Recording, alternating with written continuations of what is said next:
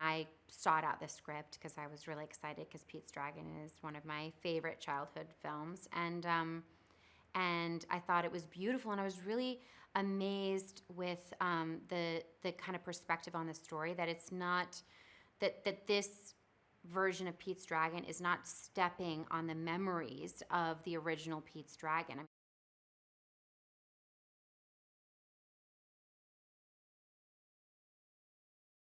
I mean, this is really ultimately, at its heart, the story of an orphan who finds a family.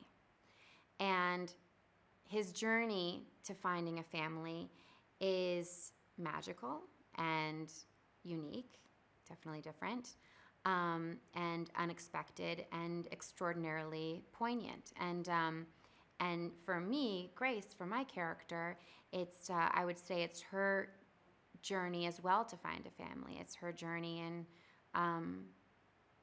in finding a child,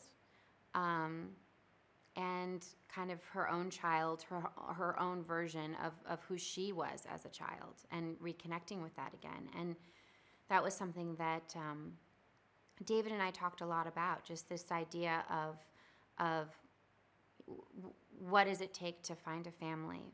What does it take to find your home? What does it take to feel at home? And what does that look like?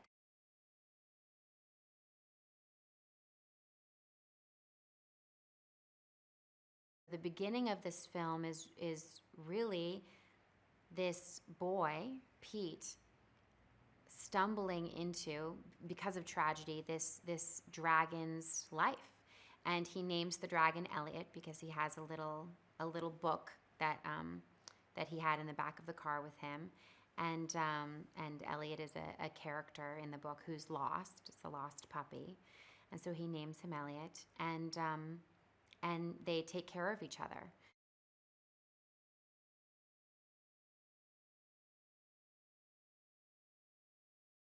Pete really feels like it's his responsibility to take care of Elliot. That he's almost like a parent to Elliot, and that he's got to be there for him. And then Elliot, of course, is there for Pete in every sense of the word. So they create this kind of life together, and there's this extraordinary tree fort that they build together, and Pete grows, and you see him becoming more and more feral, and he's got kind of wild long hair, and out of his backpack he's created a belt, and he's got, he sort of looks like this like little Tarzan child.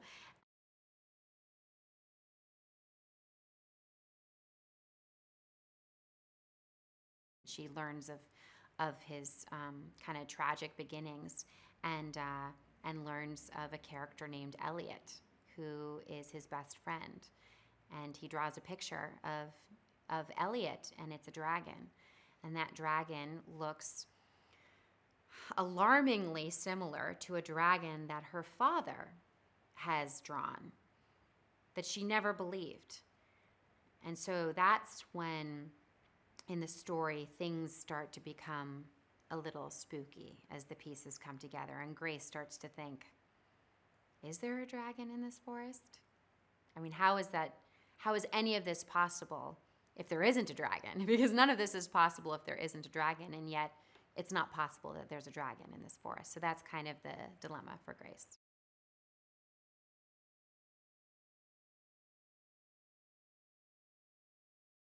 Grace and Jack are in a relationship, and it's a complex relationship because Grace is a forest ranger and Jack is a logger, and they're both sensible people, and they both understand each other's role, but ultimately it's the nature of their jobs really can often kind of drive a wedge between them.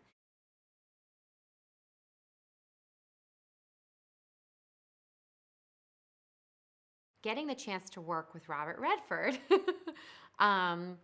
is nothing short of an honor, and is incredibly meaningful to me. And then just, you know, him as a guy. He's just such a cool, lovely, hardworking, smart, generous, open, beautiful man.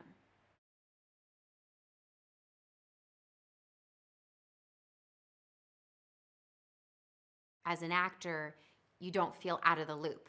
You know, you don't feel that you need to kind of just show up and perform something and hope that it's what the director was envisioning. I mean, I really, in those conversations that David has brought me into, I felt a sense of ownership over this character, and he's permitted me a chance to be really open as to my thoughts as to,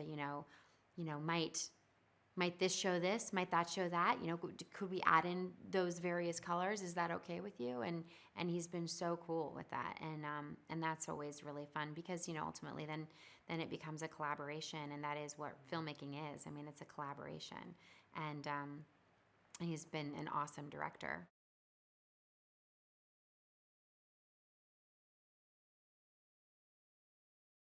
I came to New Zealand for the first time when I was 6 years old, 1987.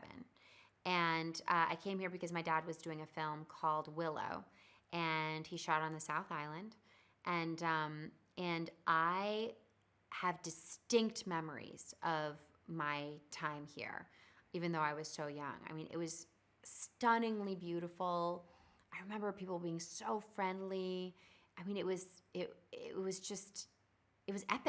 It was epic feeling being here. And ever since that time when I was 6 and I came here, I've always wanted to come back. And that was, I mean, it was almost as exciting as coming to New Zealand as it was getting to do Pete's Dragon, truly. Like when I heard, do you want to do Pete's Dragon? It was like, yes, where is it shooting? New Zealand. Oh my gosh. Like I have been thrilled getting to come here.